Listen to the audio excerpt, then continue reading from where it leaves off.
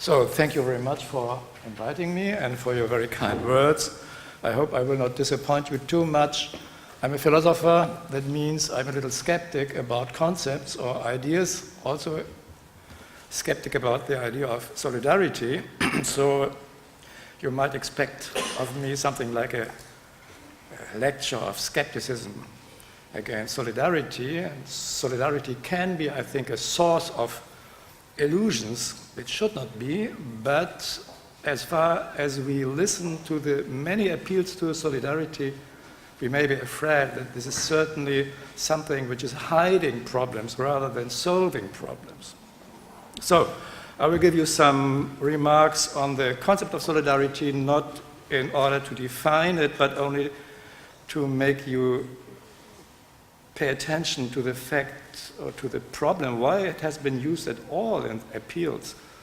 But then I will go on to say something about the good uses of solidarity, in particular as it has been used in the process of unification of Europe, and then I try to deduce some conclusions, but I'm not sure whether this is how much value can be given to my own conclusions.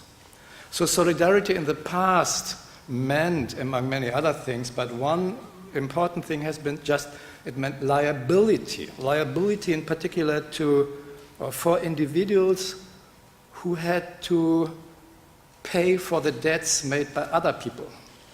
So for example, if a German student made debts at an Italian university and then fled not to pay the debts, other Germans had to pay for them in the name of solidarity. So it was just thought if someone is somehow compatriot with someone else, he or she should pay.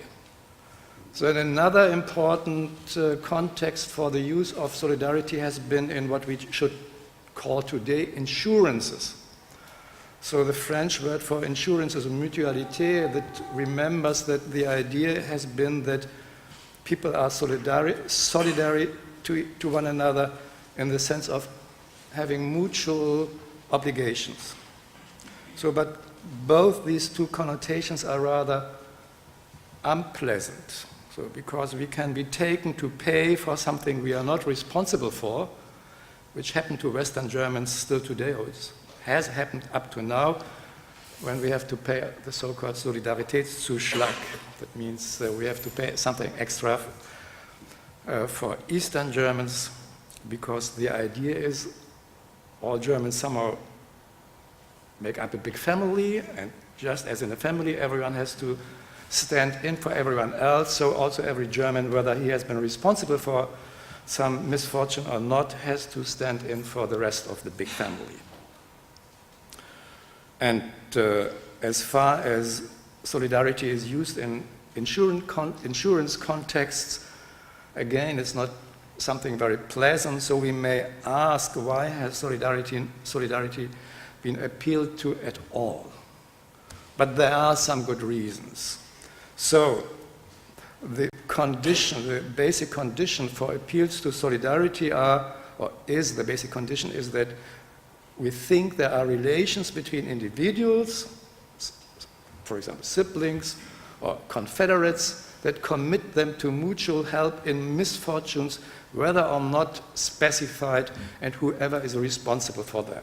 So the paradigm for this kind of committing relationship is a family.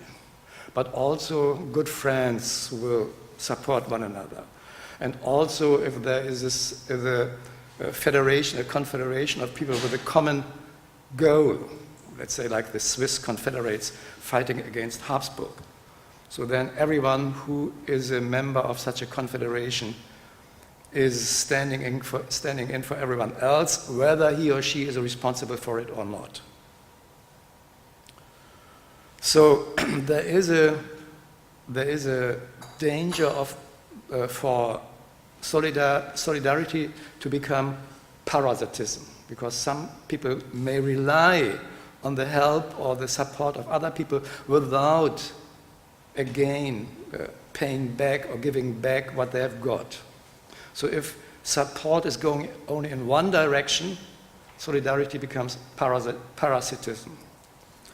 So if we think of present problems, in particular in finances or money affairs in Europe, the rich countries very often say the poor countries are parasitic on them.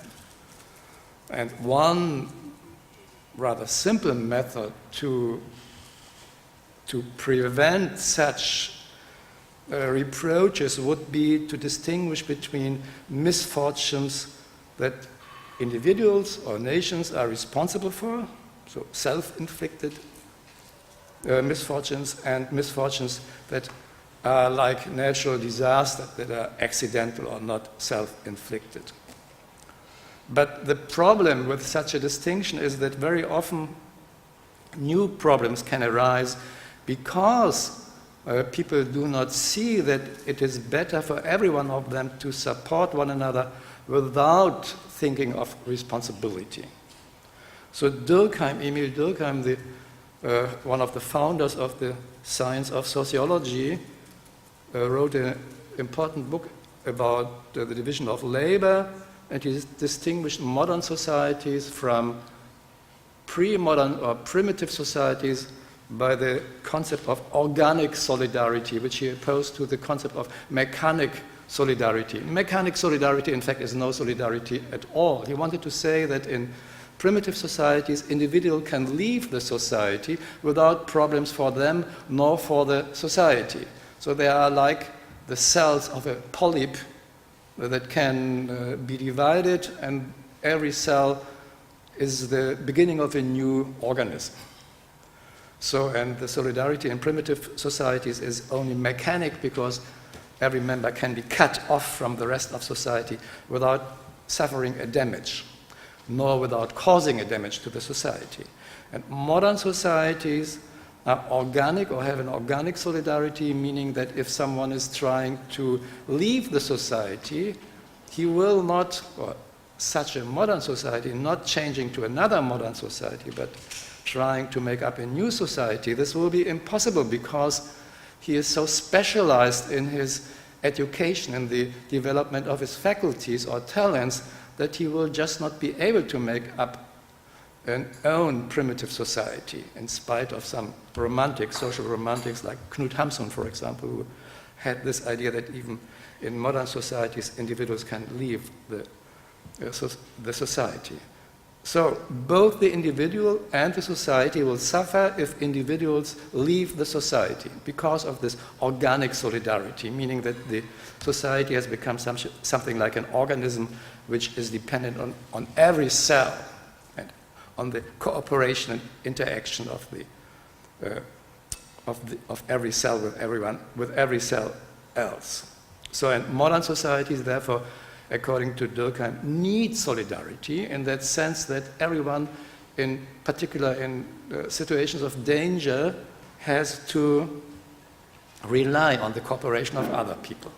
Of course, we have again now the problem of parasitism, because the mutuality can go only in one direction or can be systematically to the disadvantage of some classes in particular.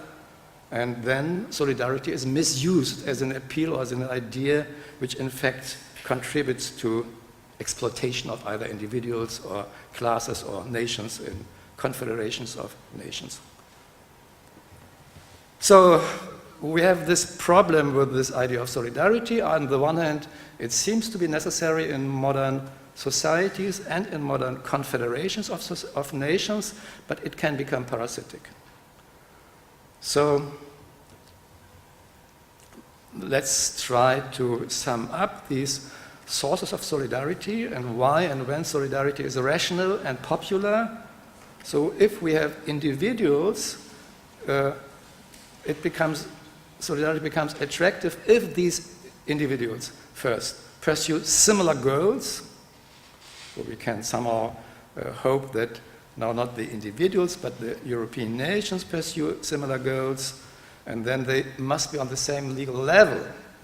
So it cannot be a situation, a legal situation, in which one partner has more authority or more legal rights than another, because then one can force another. But solidarity presupposes lack of force, so it must be voluntary. And solidarity also presupposes that the members agree that they want to reject unnecessary domination. So they expect an equality and presume fraternity. So the attraction, I think, of this idea of solidarity becomes particularly clear if you think of Freud's myth of the sons killing their authoritarian father. So this myth provides a good model for people who consider themselves to be equally free and pursue a similar goal, namely killing the father to get rid of his authority, and they are mutually dependent on one another and act in solidarity. So another important point for solidarity being a source of strength is that the individuals do not forget that when they don't forget when they are well off, that they might easily get into the mess another individual has got into who asked them for their help. So what has happened some years ago and still today with those countries that are in need of financial help from the rich countries. So think of Greece and Germany. And then another point which is very often forgotten is that solidarity is an idea that in fact is working among individuals, not among nations. And I think this is a very big problem, and we should never forget that solidarity is an idea that is really applicable in an original sense only to individuals, not to nations, because nations are themselves groups of individuals. And how we can transport this idea which comes from individuals to nations or groups of individuals is not clear at all. So despite all these disadvantages, and in particular this possible parasitism into which solidarity can slide, it is an idea which has been understood not in tension against the ideas of liberty and equality, which has been expressed in the French Revolution in the way that very often the third slogan of the French Revolution has not been fraternity but solidarity, because fraternity was felt to be too much involved in family affairs, and solidarity has been conceived as an alternative to producing the same advantages as fraternity and the same obligations, but being independent of family relations, so for national relations or state or political relations. So, but then we have this problem, how can we in fact appeal to solidarity between nations, except when we are nationalists, quite radical nationalists, who understand nations as individuals. And I think we should never do that. So then a look back, how has the concept or the idea of solidarity been appealed to in the unification of Europe? So I think there have been two, let's say, vices of this use. First, there has been only made unconditional or qualified appeals to solidarity, rather than distinguishing, which I think would have been an advantage, between self-inflicted misfortunes and accidental misfortunes, so that it can be made clear from the beginning within a confederation that the confederate will only jump in to help or bail out another one if the misfortune is accidental. So I've just argued that it's not always possible, but to keep in mind the distinction between self-inflicted and accidental misfortunes, I think is very healthy. One should not forget this distinction, and one should make use of it without committing to the condition, under any condition, to help only if the misfortune is accidental and not self-inflicted. And another vice has been that human individuals have been replaced with nations without considering the differences. So just thinking there's no problem in transporting the idea of solidarity from individuals to nations. I think this is not a good presupposition. And the financial and now the refugee crises, they show that this lacking awareness of this obstructive role of nation states has been too little considered. But there have been some very good conditions of the appeals too. So first, what is quite often forgotten today, solidarity was understood as resulting from common economic interest rather than from shared ideas. So very often, Europe is considered to be a value community, and therefore, since Europeans believe in human rights and the state of law and toleration and non-discrimination, therefore, this common obligation or this common commitment to such ideas will commit the nations also to help one another. But first, the Europeans are not the only one who believe in these ideas. We should never forget that Europe is only a part of the Western civilization. There are other countries, of course, like the United States in the first place, but also other countries like Australia or Canada or Israel who belong to the Western civilization, and they do not belong to the European Union and probably will never belong and will never have an interest to belong to it. So therefore, there should be caution in this idea of appealing to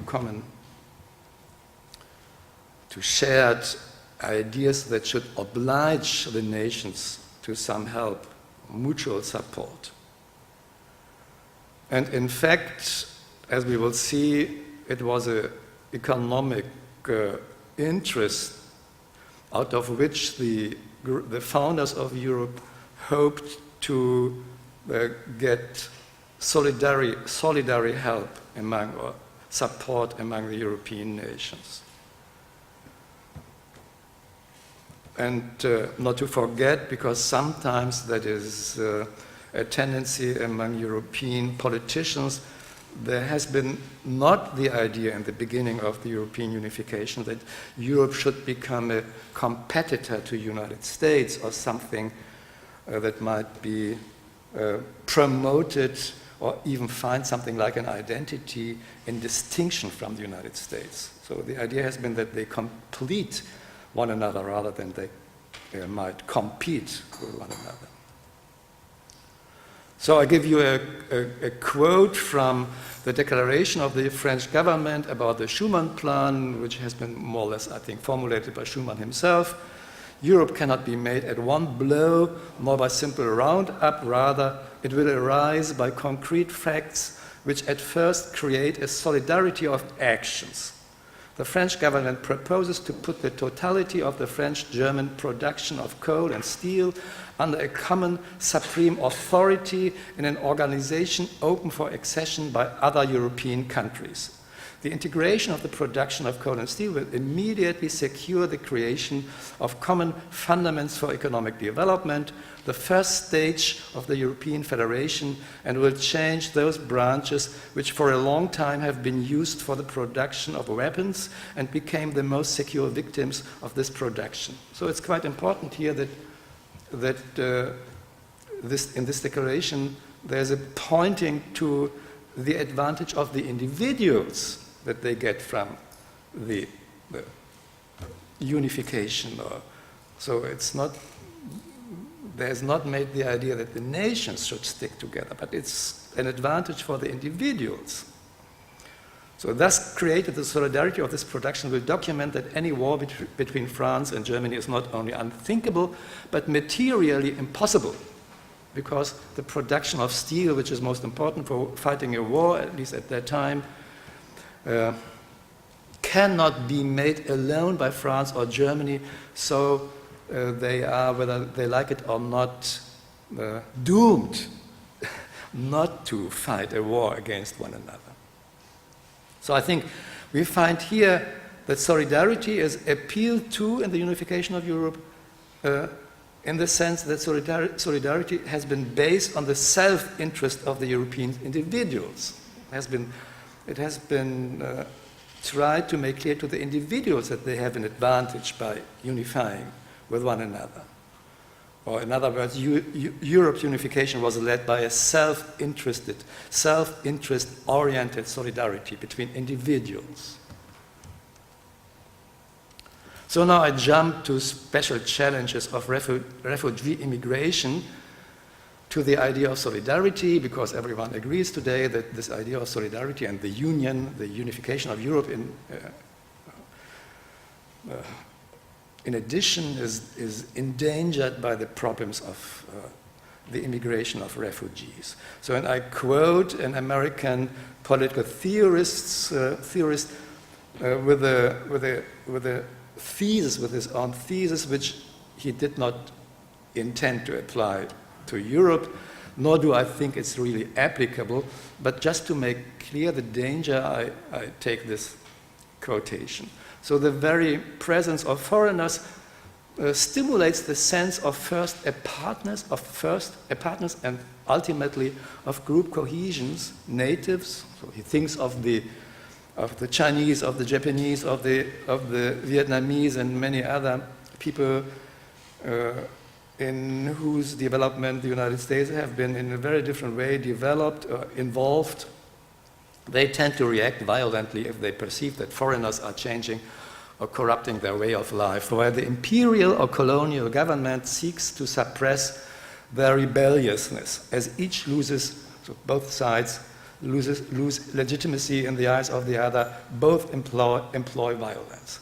So I don't think that we are in danger of let's say, Poles or Baltic individuals using violence against Brussels, but we have to see that in many Central Europeans' imagination, the refugees follow the Russians in destroying their integrity and solidarity. And in other societies, unfortunately also today in Germany, but for a longer time already in France, with the Front National, and in the Netherlands, also by the nationalist parties, and all over Europe today, there is the imagination that Brussels or Berlin cooperate with the refugees, so somehow to suppress the other nations.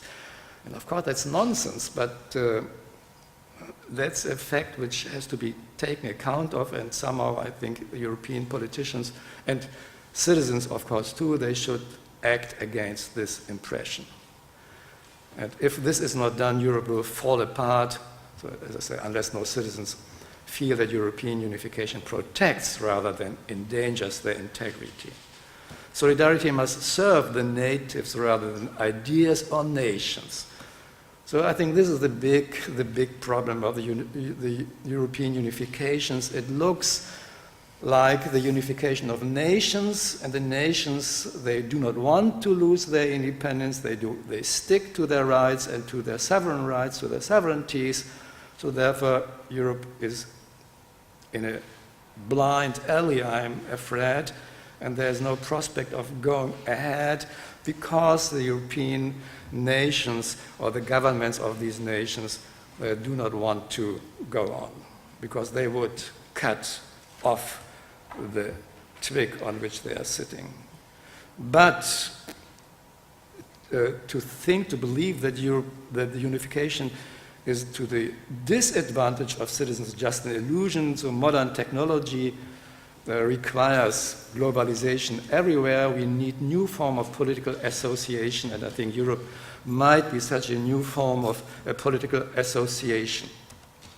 So I tried to deduce 7 points from this interest approach to solidarity, with the intention that citizens' interest, not the nation's interest, but citizens' interest should be advanced.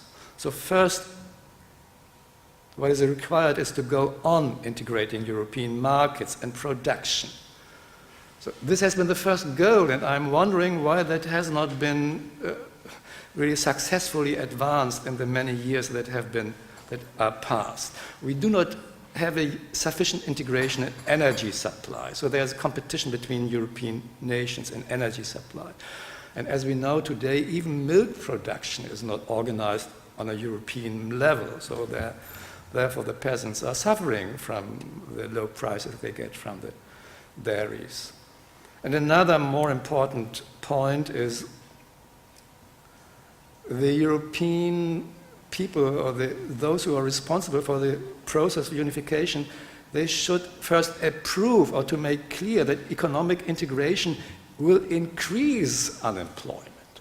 So the many peasants and workers who are afraid that European integration will make them unemployed or superfluous, they are completely right in this fear. So this fear has to be recognized. So, and rather than preaching, which we hear from every politician, I will give you sufficient jobs.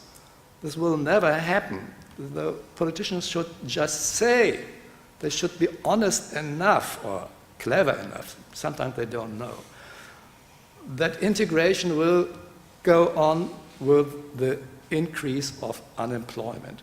So vying for job creation, which is one of the problems of the tension or the problems between European nations, that should stop. And instead, European nations should start transforming unemployment, what I call here just, into non-economic productivity. People will be happy if they don't need to work in a boring activity or a boring job, if they get, for example, unconditional basic income and can become productive on their own initiative. So I think this is something which European unification should not be blind itself to. So this is certainly a radical postulate which I'm giving here, but I'm a philosopher, I'm allowed to do that. And yeah, it's only the last points, so the last 5 points. I can be very short. So European unificators or unifiers, they should also be clear in demanding that current nations must yield sovereign rights to federal institutions. And there should be ways to counterbalance the feared power of European governance just by splitting up its possible functions into federal offices that coordinate the same functions of local offices. So agriculture, for example. So this should be something which should be governed or should be administered by local offices. But then, of course, we need offices which go over these regions or local areas into confederate offices. So according to the principle of subsidiarity, but one should not forget that the central government should be subsidiary to the local ones rather than the other way around. So, and then this should be signaled by placing different central institutions or offices in different cities in Europe. Why should they all be concentrated in Brussels? I think we don't need a capital of Europe. This has been, I think, a very bad idea. And Europeans should support secessionist movements on condition of the secessionists ceding sovereign rights to the European government. And one should never forget that the goal is to restore citizens as the bearers of European solidarity. Okay, that was it. Thank you very much for your attention.